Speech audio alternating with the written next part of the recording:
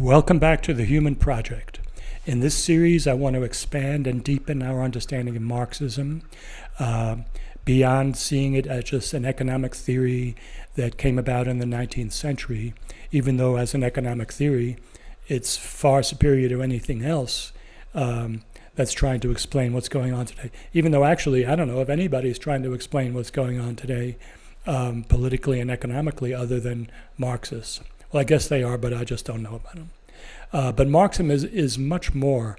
It goes back, or it takes us back to the very beginning of humanity itself, where people longed for and had a vision of a better society, or really, an improved form of social organization, where everybody was in harmony with other humans, with the cosmos, with nature, with however they understood God. People have seen that from the beginning. So when people today, they say, oh, communism is a terrible idea. Well, it's really the oldest idea there is. The idea of peace and harmony is the oldest idea that there is. And so that's another story I'll get into in more detail. But that's the purpose, the overall purpose of this series I'm calling the Human Project. So today I want to talk about how does Marxism understand human history? And so often there are presentations that are very available on YouTube on what's called historical materialism. So just to kind of briefly review, it was only pretty recently, the last 100 years, that thinkers, theorists even had an idea that there was such a thing as history. They didn't know, that there's actually a sequence of relationships, forms of society that makes some kind of sense. So that even hadn't been around that long when Marx came along.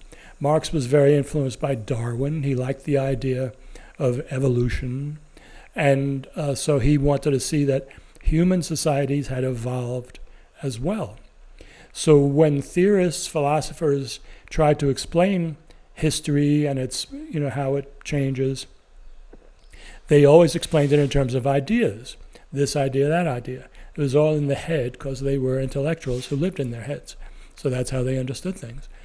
So Marx and Engels came along and said, no, history is based on the actual material organization of humans. In other words, how it is actually an objective reality, and that what's going on in people's heads, the ideas they have, derives from objective reality. So that's the basic idea of historical materialism. But what's unfortunately always left out of this picture is something that goes further. So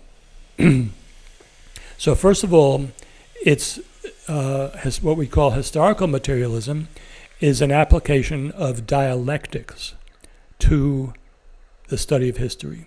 And as I mentioned in my talk on dialectics, the whole point of dialectics is to study a living process. So when we look at it that way, we have to say that human history, in a sense, it's alive. It's not just a bunch of relationships. It has its own life. It's a living process. And Marx emphasized this in several ways. One, and all around the same time, around 1845, when he was just starting out.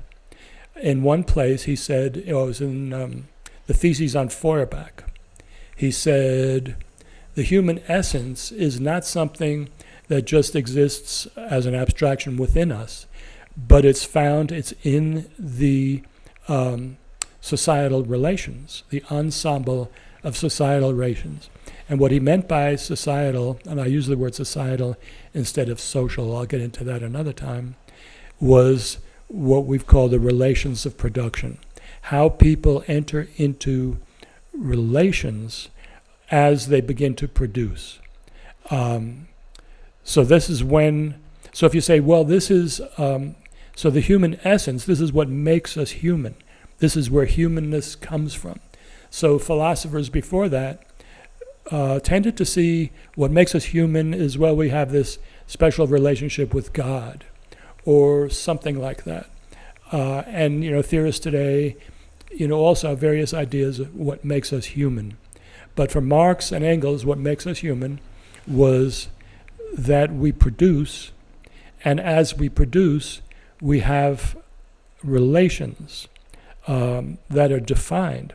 And this set of ensemble of relations has a dynamic. So here I always think of these horror movies where there's some blob coming down the street and it's bubbling and gurgling and going into doorways and up streets. And then some kid shouts out, "It's alive!" And so I think I want to make the point that when we look at human history as a thing, we need to say, it's alive. It has its own life, its own inner development, its own dynamic. And I think it's very important to see this. And unfortunately, this is an aspect of Marxism that has not been sufficiently recognized or not recognized at all. And to support that, Marx, at the beginning of his theoretical exposition in the German ideology, he says, as we produce in society, so we produce ourselves.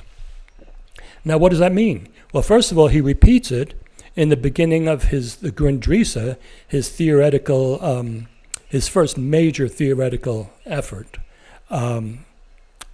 I think around 1857, so that's 12 years later. In this first sentence, he repeats the same idea. Individuals producing in society, therefore, the social production of individuals. And unfortunately, the translator didn't know any better, and so he translated as social production by individuals, which is just a tautology. You have two parts of the sentence saying the exact same thing. And people didn't notice it because people didn't realize that Marx is emphasizing something that he considers obviously a core idea. As we produce in society, which happens in the context of social relations, we produce ourselves. Now, in general, we think of that as, okay, yeah, some sort of meaningless, he had nothing better to do. He had to say something. So, but it's, kind of a truism, what you'd call it. Yeah, we produce ourselves. Okay, let's move on to the next idea. But obviously, Marx considered this a core idea because he opened both of his major theoretical expositions with this idea. So here we have him saying the human essence is the ensemble of social relations. And then he's saying, as we produce in society, in these societal relations, we produce ourselves. So he's repeating that. So obviously this must mean something, and it's something we haven't totally gotten. And the main Marxist philosopher who has delved into this is the French Marxist philosopher Lucien Sèvres, who's not very well known, but he was a teacher of mine, and I learned a tremendous amount from him. And his whole point that Marxism is not just about economics, it's about people. Marxism is a human science. And so I'll be devoting many, many talks to elaborating this. But for now, we say, okay, we are producing ourselves because we are in these relations, and the relations are alive. They have a dynamic. So as history progresses, this living dynamic transforms and changes and so on. So it's not just a change in economic structures and relations, it's a change in our human being, in who and what we are as humans, in our forms of being. So this is very important, and the forms of being produce forms of consciousness. And to me, this is just fascinating to kind of introduce all this into Marxist thought. Because here we see, say, the transition from feudalism to capitalism. It's not just an economic transition. It's easy to see it's a whole human transition. We went from the so-called Dark Ages to the so-called Enlightenment. And what does that mean? It meant a new form of individuality. People were actually different, not just thought that they were different, but they really were different. And their whole mode of consciousness, the way they experienced themselves as a subject in relation to an object, the way they experience themselves in relation to each other, all that has evolved. And we tend to forget that because we think, because one of the illusions of capitalism, well, is that, well, this is just natural, it's the way we are, the way it's always been. And theorists actually think that. They think, well, this is the way it's always been, but people believed different things because of, cultural ideas, religious ideas, and so on, rather than seeing that it's we ourselves as humans have evolved.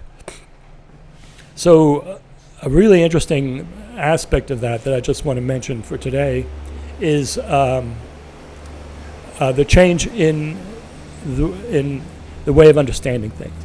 And so my example is, say, for instance, apples falling from trees.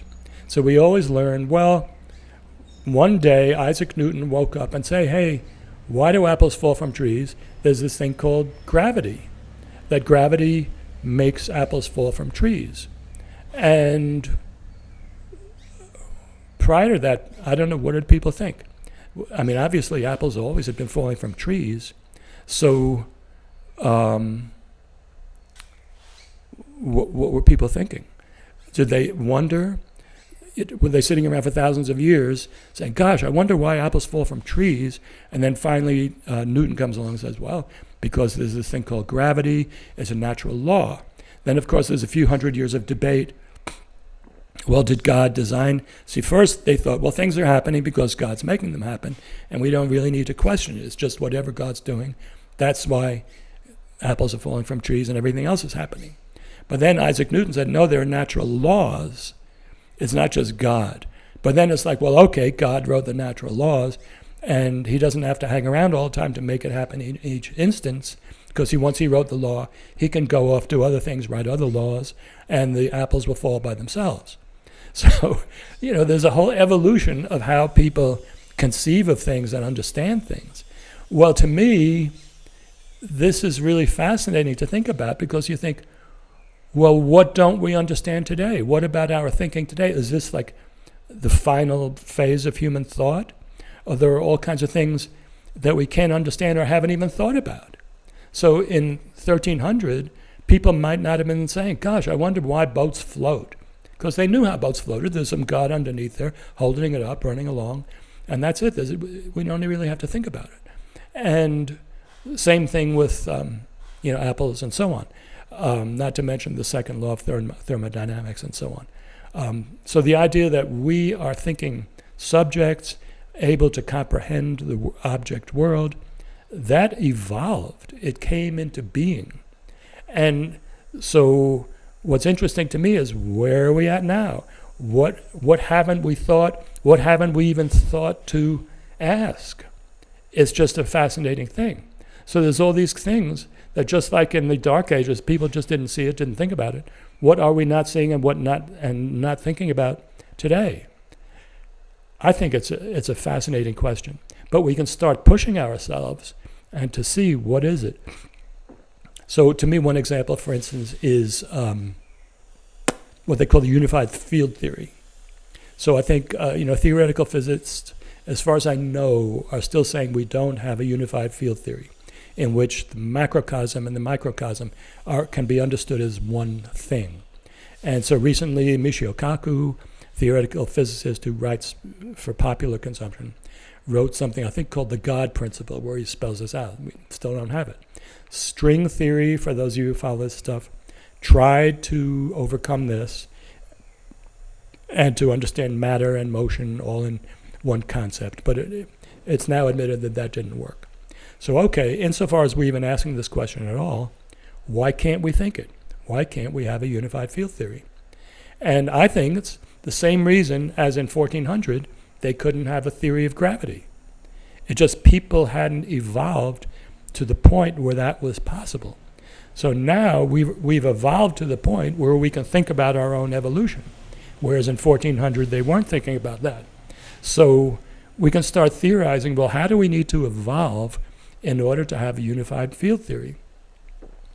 So to kind of make a long story short, and I think the same thing is true with the understanding of time. If I understand correctly, modern physics is still having problems with theorizing what is time? I think it's the same thing, that we haven't evolved to the point where that's possible.